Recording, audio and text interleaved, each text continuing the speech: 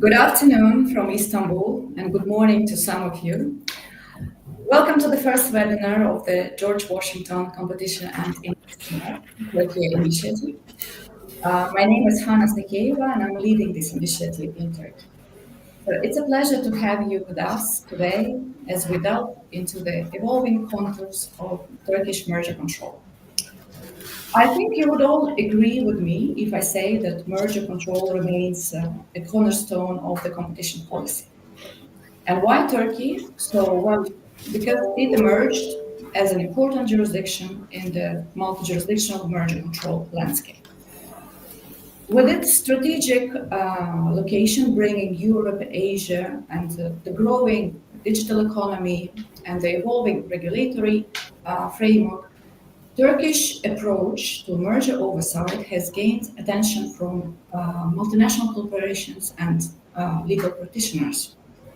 So today we'll focus on one of the most significant and relatively recent developments, the technology undertaking exception in the Turkish merger control regime. So if you are in any way operating in the tech sector or advising a client that may be qualified as a technology undertaking, so this webinar is definitely for you.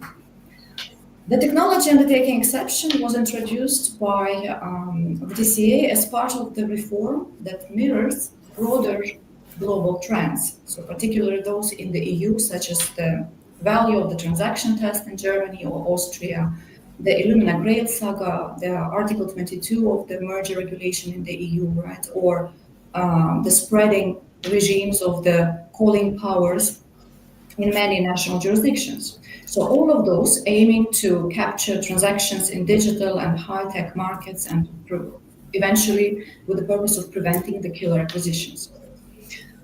So technology undertaking exception in Turkey, despite ambitious scope, the application of such exception, of such threshold, special threshold, right, has been triggering lots of questions. That is why our session today will explore how thresholds work in practice and what it means for the assessment and compliance. And we will also discuss the most recent and jumping trends together with a little bit of the procedural roadmap. So to help you to stay, let's say, clean and compliant from start to the finish. Joining us here today are two highly regarded experts in the field. Bahadır Balkı, the managing partner at Acticom, and a trusted voice on merger control enforcement in Turkey, and Tuna Tanik, the principal associate in Freshfields, Brussels, specializing in cross-border merger reviews and compliance strategies. Unfortunately, Sina Agun is unable to join us today due to urgent last-minute matters, but nevertheless, we look forward to a fruitful discussion and hope to address your questions on this important topic. So let's begin with the technology undertaking exception. Bahadır, let me turn to you first. So could you walk us through what this exception is? What exactly qualifies as a technology undertaking and how the rule operates in practice so far? And my favorite question is, like, if you are to name one or two prominent cases that best illustrate the scope of the application of this exception, which one would that be and why? So Bahadır, the floor is yours. Anna, thanks very much. It's indeed my pleasure to be a part of the very first session of George Washington Competition and Innovation Lab in Turkey. And obviously, dealing with killer acquisitions is a must in the eyes of competition authorities. This is exactly the reason why we see different methods, different thresholds in different jurisdictions. Recently, the French Competition Authority introduced call-in power. Before that, the EU Commission applied to Article 202. Before Article 202, we experienced deal value threshold. As a competition lawyer, I must admit that I find this effort very colorful, very creative. But the most important thing in this quest should be always the legal certainty. Because a multi-jurisdictional merger analysis inherently is difficult enough. And regulations shouldn't make this more difficult, or regulations shouldn't forestall the transactions. This is exactly what we experienced in Illumina Grail or Towercast in the EU. And right at this point, I should give credits to the Turkish Competition Authority in terms of legal certainty the technology undertaking brings to the table. Then the question is, what is this technology undertaking exception? It's a sector-specific threshold and actually a pure legal definition. So if your target in a transaction operates in one of 8 listed technology fields, then your target is a technology undertaking. What are these 8 listed fields? Software, gaming software, digital platforms, health technologies, financial technologies, pharmacology, biotechnology, and agrochemicals. So obviously the definition is very broad, very inclusive, considering today's deals. So if you have a target operating in one of these fields, then we do not look for a certain level of turnover on the target site. If the buyer has a global turnover exceeding 84 million euros, which is quite tiny for a global turnover, or the aggregate Turkish turnover of the buyer and the target exceeds 21 million euros, then the transaction needs to be notified to the Turkish Competition Authority. Right at this point, again, we receive many questions about the Turkish nexus. How should we establish the Turkish nexus? We have 3 nexus checks.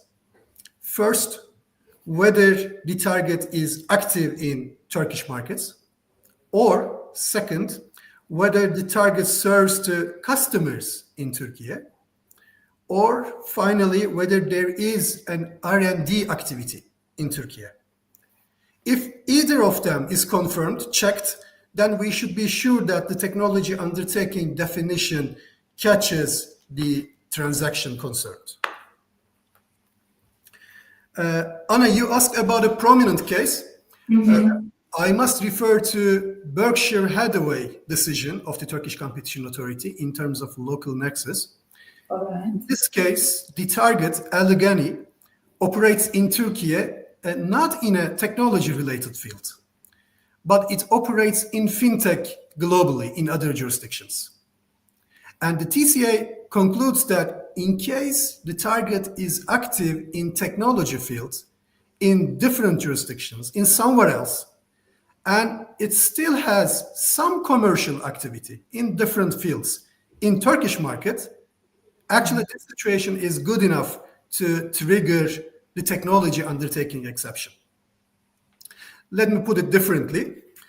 Imagine you have a target operating in white goods sector in Turkey. Obviously, white goods fields are not a part of the technology undertaking definition. However, the very same target may also operate in software in different jurisdictions, for instance, in the UK. Then, under the concept of undertaking, the TCA deems this target as a technology undertaking in Turkey as well. So the transaction parties at that point should be very, very careful while assessing the Turkish nexus.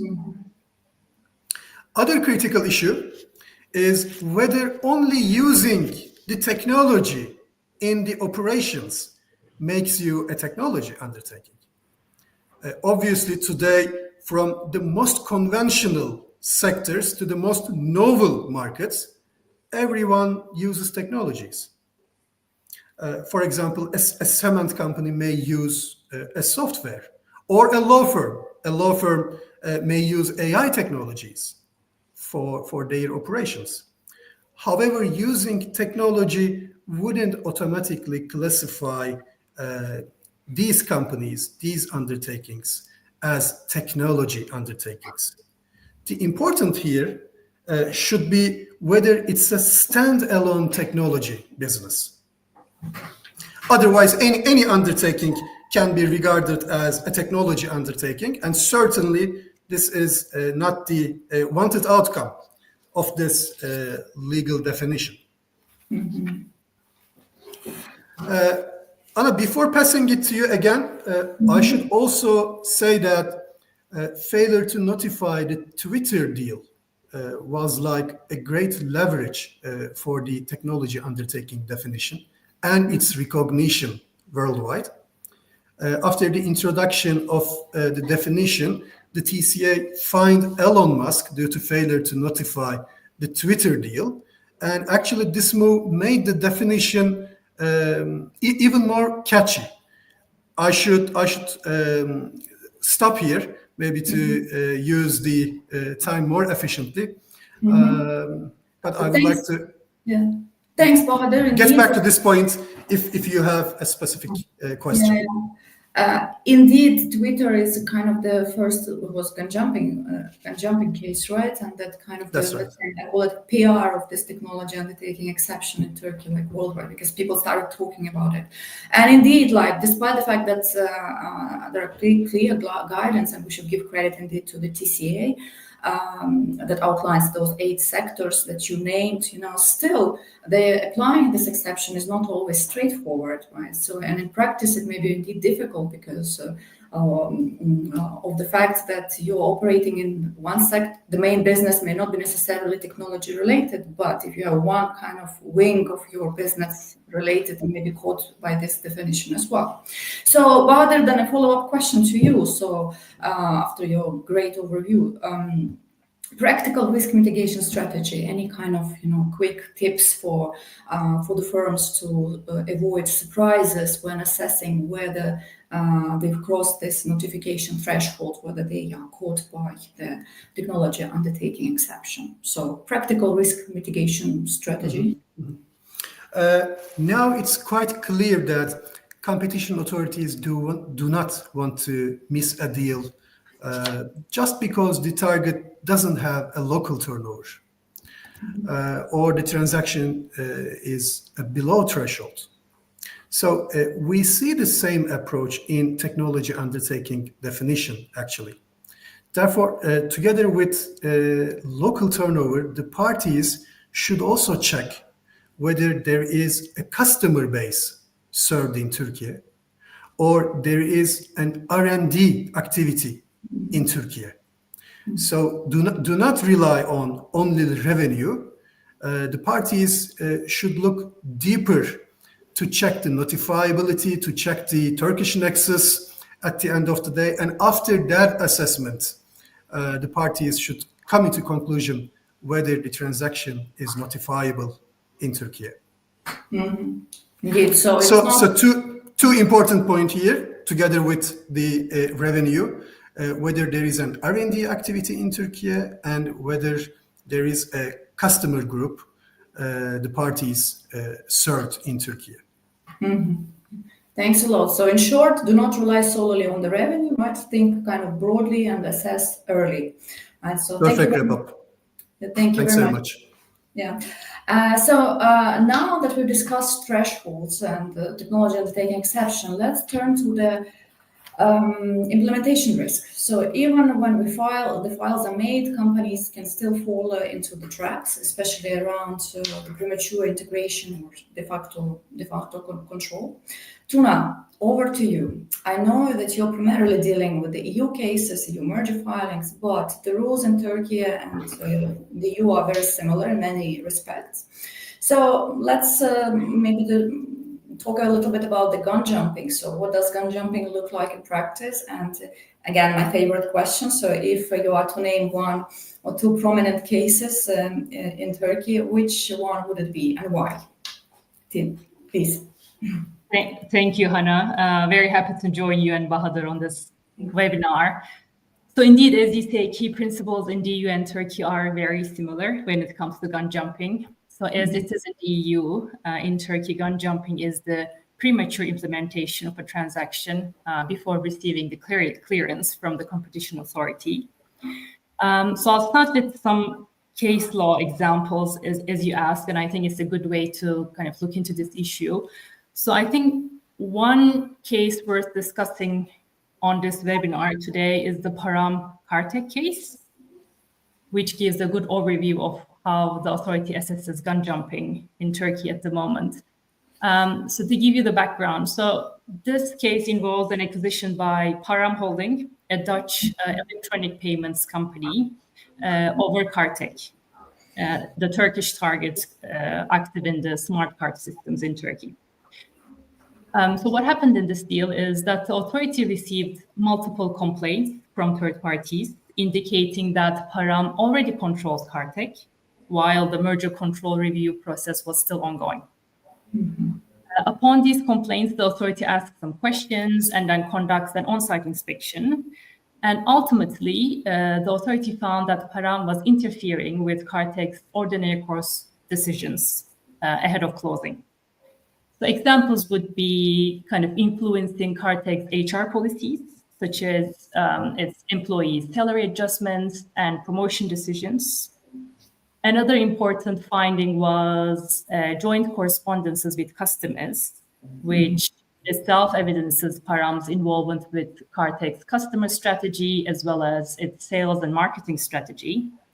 And in this context, the authority also found that Kartek's competitively sensitive data was disclosed to Param, to the buyer, ahead of closing.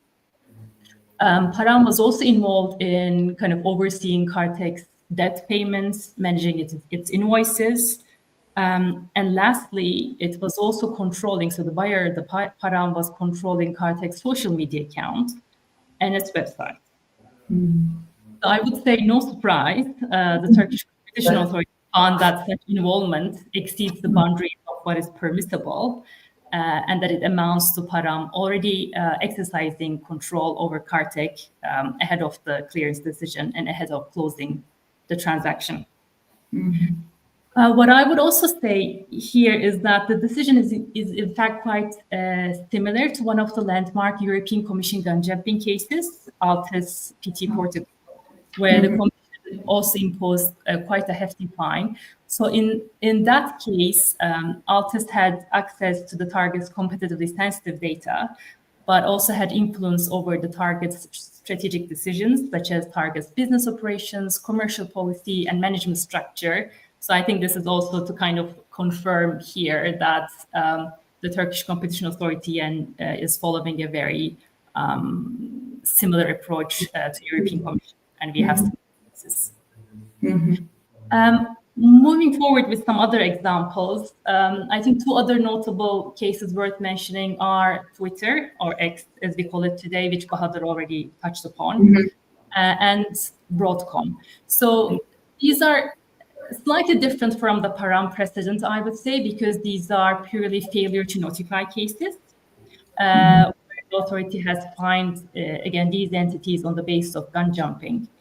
So I would not go so much into the details of the Twitter case, as Bahadur has already explained, but ultimately Elon Musk was found as failing to notify the transaction, and ultimately fines were imposed for failure to notify on the basis of gun jumping. The other case, Broadcom case, which we can discuss in more detail here, is about, so it's basically the Turkish Competition Authority reviewing a transaction that it was notified to it. And then during its review, it notices that an earlier transaction involving actually the same target was not notified. So it realized that Broadcom's initial acquisition of sole control over the target, it was called VMware, was not notified, and that deal was closed a couple of years ago. And I think this case is quite important because it also shows that the Turkish Competition Authority can become aware of kind of failure to notify cases in subsequent decisions. So it's something to bear in mind as well in terms of kind of gun jumping, failure to notify space. So in this case, the authority did not accept Broadcom's arguments that there was kind of no or limited impact on the Turkish market, and ultimately impose a gun jumping fine. Yeah, indeed. Sorry, continue. Just a couple of words as well, because we're discussing gun jumping here, but some can think like, why does it matter, and what are the consequences of gun jumping in Turkey? And we discussed a lot about administrative fines imposed at certain companies. So maybe for everyone's benefit on this webinar, so the consequences are, as we mentioned, monetary fines. So the monetary fine in Turkey is 0.1% of the annual gross turnover in Turkey generated in the latest financial year. But obviously, in addition to fines, there's a reputational damage that the companies should be mindful of, because these decisions are made public on the website, and these are usually in the press. And lastly, I would say that if this is during an ongoing review process, such as we've seen in the Param case, this will obviously deal the clearance process and the authorities review, even if the deal kind of ultimately closes and gets cleared in the end. Yeah, indeed. What would you recommend then to avoid these risks? So in the mergers, right? So we understand, like, okay, while understanding that standstill period is equally as important as filing, for example, right? But some we see they notify, but then they don't realize that actually there is a de facto control already exercising. So anyway, so in the merger cases, what would you recommend for the companies to avoid these risks? Very shortly. Sure. So, but obviously, do not miss making a filing. But other than that, if you just look at the kind of key takeaways from the Param case, what I would say is really you should be mindful of what target information can be disclosed to the buyer, how certain information can be disclosed to the buyer before closing, and kind of ensuring that entities which are subject to the transaction remain independent up until closing, and the buyer does not influence or kind of take part in target's operational activities ahead of closing. So if you just ask me for a couple of kind of recommendations that I would give to kind of minimize this risk, first one from my perspective would be to avoid having provisions in the transaction documents. So already before the signing phase, that would give the buyer some control between signing and closing. So basically, the transaction documents, I think it should be clear that the buyer does not have any kind of consent rights or veto rights over target's ordinary course of business up until closing, and that it would only acquire these rights after closing.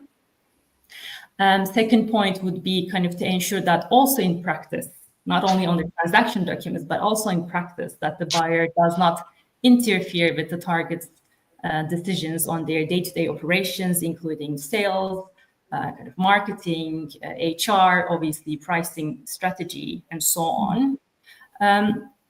Thirdly, as I mentioned, the parties are expected to continue to operate independently as independent and competing companies, also between signing and closing. So we should, in that sense, be very careful about sharing sensitive competitive information about the target before closing. So what we advise clients is to use clean team arrangements if it's really necessary to share certain information about the target in order to either to assess the transaction or complete the transaction. And lastly, we would always also recommend the companies to seek advice for the extent to which preparatory steps can be taken between signing and closing of a transaction. So this is basically the integration planning purposes. So obviously the parties would want to exchange some information and to prepare for the integration, for integrating the target into the buyer company upon closing. But again, this can be done, but this should be done using relevant safeguards. So again, by using clean team arrangements properly to ensure that there's no kind of exchange of sensitive information. Yeah. Okay, well, filing is only half of the story, I would say, right? So what do you do in between signing and approval can also kind of break your compliance posture. And particularly nowadays, when we see that Turkish Competition Authority, like many other jurisdictions now, increasingly attentive to what happens actually during this so-called standstill period. Thanks, Tuna. That was a very practical overview. So let's now turn to the procedural roadmap and what companies should prepare for procedurally to keep it clean from beginning to finish. Bahadır, could you walk us through the main stages of the Turkish merger review process and what does the timeline usually look like from the notification to the approval?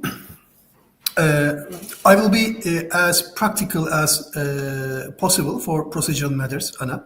Great.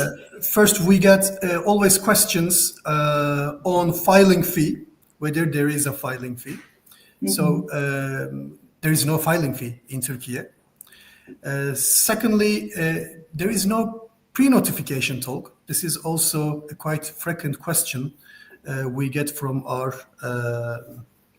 colleagues working at multinational law firms.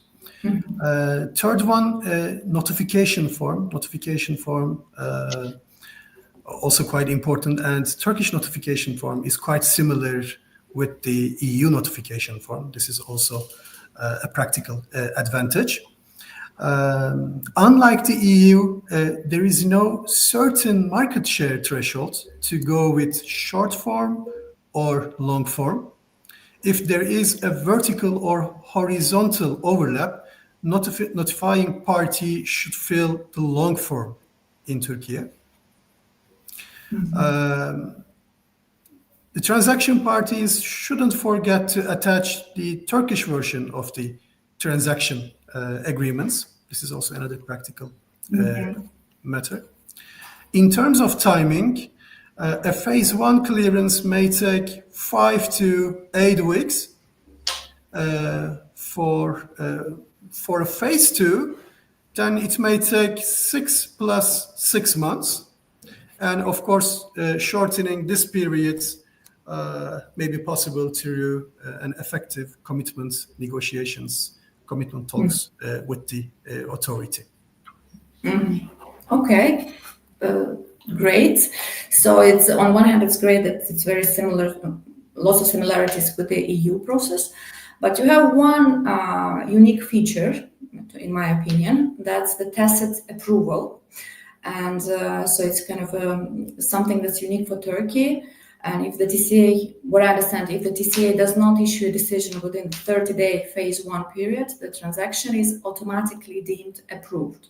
So while it seems clear, like when you read the provisions, but there is often a confusion. So could you maybe, Tuna, clarify more how it works and whether it works? Sure, happy to.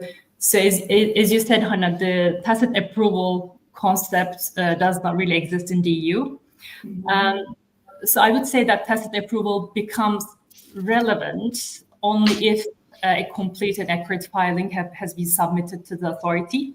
So once the complete filing has been submitted, and if the authority does not issue a decision within 30 calendar days, then the transaction, as you said, is considered approved by default automatically. So meaning that the parties can move forward without seeking for the green light or decision from the authority. But I think one important point is that in practice, this 30-day clock doesn't always start immediately upon filing. So kind of clients should not, and companies should not assume that I filed, from my perspective, this is complete, and now I just have 30 calendar days. If there's nothing, I'll just go ahead. Because typically the Turkish Competition Authority requests additional information or corrections. And once it issues an RFI, then the review clock would stop. So it would reset. And then the clock, the 30-day clock would start from day 1 once the parties submit the outstanding information to the authority.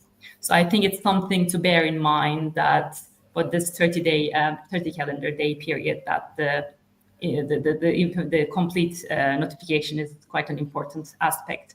And I would also add that in practice, I think we don't see tacit approval very frequently. It's used very rarely. And I think in the past it was we've seen it a couple of times, and it was mostly because of the board not having the quorum to approve the deal, and then given the lapse of time, the parties received basically tacit approval.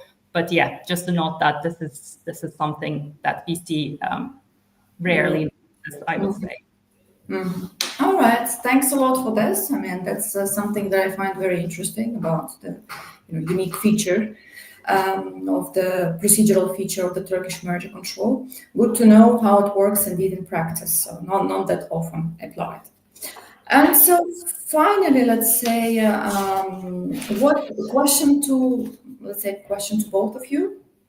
What would be your timeline planning tips for the legal teams? So what advice would you give to legal teams in terms of the timeline planning and internal coordination when preparing for the Turkish merger control filing? Who would like to start? After you. If we should make a comparison between the Turkish merger control regime and the EU merger control regime, we can easily say that Turkish merger filing is quite similar to the notification in the EU. And I believe actually this is like a practical advantage. And at the end of the day, market data, information on the transaction parties, information on market conditions, and many others are actually overlapping requirements. And therefore, the parties can easily start working on a Turkish filing together with the other jurisdictions. And based on this nature, my suggestion would be a simultaneous preparation for Turkish jurisdiction as well, for a timely notification and a timely clearance. Tuna? No, I would just echo that. I mean, you mentioned, Hannah, that I've been practicing EU competition law for quite a while now, and that's, as Bahadur says, that's what we do in practice. So as Bahadur said, the two notification forms are very similar. And whenever we're working with clients, and if there's a filing requirement both in Turkey and in the EU, we normally kind of take into account Turkey as well in terms of information requests, gathering the relevant data, and kind of all the information, description of the transaction, the rationale, so on and so forth is usually the same descriptions that we use in both filings. So I would just echo what Bahadur said. And I think the other important aspect is kind of getting the proper advice on competition law methods from early on from stages from the transaction documents, because we did discuss gun jumping issues. And maybe a point worth noting is in the EU, for example, even though you don't actually acquire control, if in the transaction documents there's a possibility that you need to consent to certain rights, which could give you control rights, this would also fall under gun jumping. So it's really important to kind of start engaging with antitrust lawyers from day one, and then for the gun jumping risks, preparation of the filing strategy, and kind of so on and so forth. Yeah. Well, thank you both. That was very practical and clear explanation of the procedural roadmap. And it's clear that compliance actually goes well beyond just threshold and forms. So it's about timing, coordination, anticipation, how the authority may react as well. We are doing very well with the timing, so great for all of us. As my closing remark, we'll have some, I'll do my closing remarks, and then we'll look at whether we have questions. So the audience, feel free to write down the questions in the comments if you have any.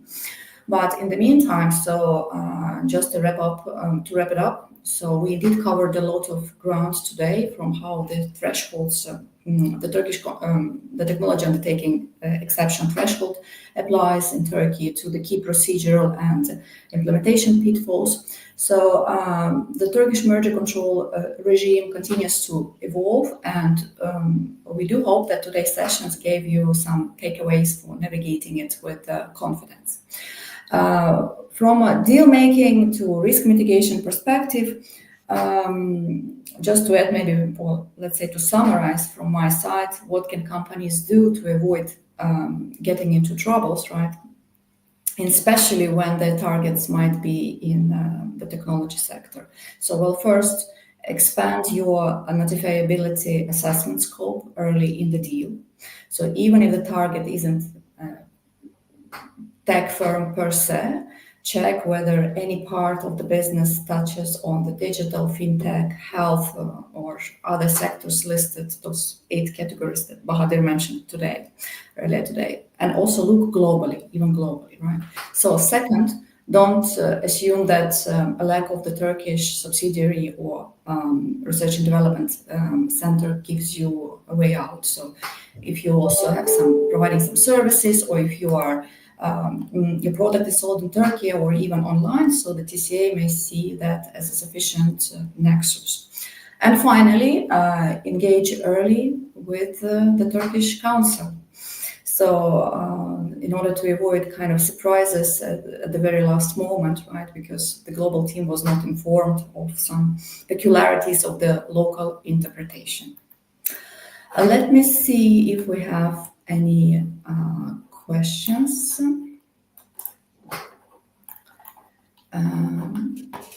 So we have one, actually. And I think it's better to address, probably, you kind of addressed it already, I think, Bahadur. I think this question is for you. So regarding the local nexus, I think it's more of a clarification reminder. Is the local turnover not required at all, as long as you are qualified as a technology undertaking? Nexus, right? Mm-hmm. On the target, if we should talk about the turnover thresholds within the scope of technology undertaking exception, first we should mention that on the target side, actually we do not look for a certain level of Turkish turnover. If the technology undertaking target has some activity in Türkiye and has some Turkish turnover, then actually we should focus on the global turnover of the buyer. If the buyer's global turnover exceeds 84 million euros globally, then the parties needs to notify the deal to the Turkish Competition Authority. Or if the aggregate Turkish turnover of the buyer and the target exceeds 21 million euros in Turkey, then again the parties needs to notify the deal in Turkey if we have a technology undertaking as a target.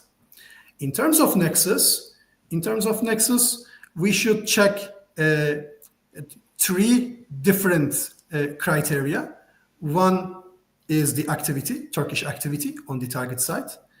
Second, if there is no activity in Turkey, then we should check whether there is a Turkish customer served in Turkey, or finally, alternatively, whether there is a research and development activity in Turkey.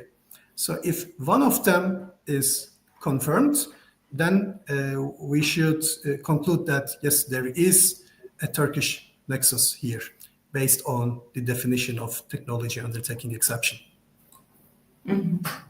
Okay, well, I hope this is sufficient for the person who asked the question. Thanks very much for the question, by the way. It seems like we don't have any more questions in the chat. So in any case, this session will be recorded, so it will be available at a later stage. And I guess we can wrap it up, right? So a huge thank you to Bahadur and Tuna for your wonderful insights and very practical, very useful insights today, and for our audience as well. And if you would like to receive a summary of the session or updates about our upcoming events of the George Washington Competition and Innovation Lab, please feel free to follow our page on LinkedIn or reach out directly. Also, if you have questions on the Turkish merger control thresholds, feel free to reach our panelists, Bahadir and or Tuna. Right. So thanks a lot, guys. Once again. Anna, before closing, I would like to thank you and Tuna, and also George Washington Competition and Innovation Lab for this very first session in Turkey. And it was indeed my pleasure to share the platforms with you two. Thanks very much. Thanks very much for the invitation. Thank you. Thank you for being here. And I hope this will become a good tradition. So for more to come, right? Indeed. Likewise. Thanks very much, everyone, for joining. Thank you. Thank you. Bye-bye. Bye-bye. Bye.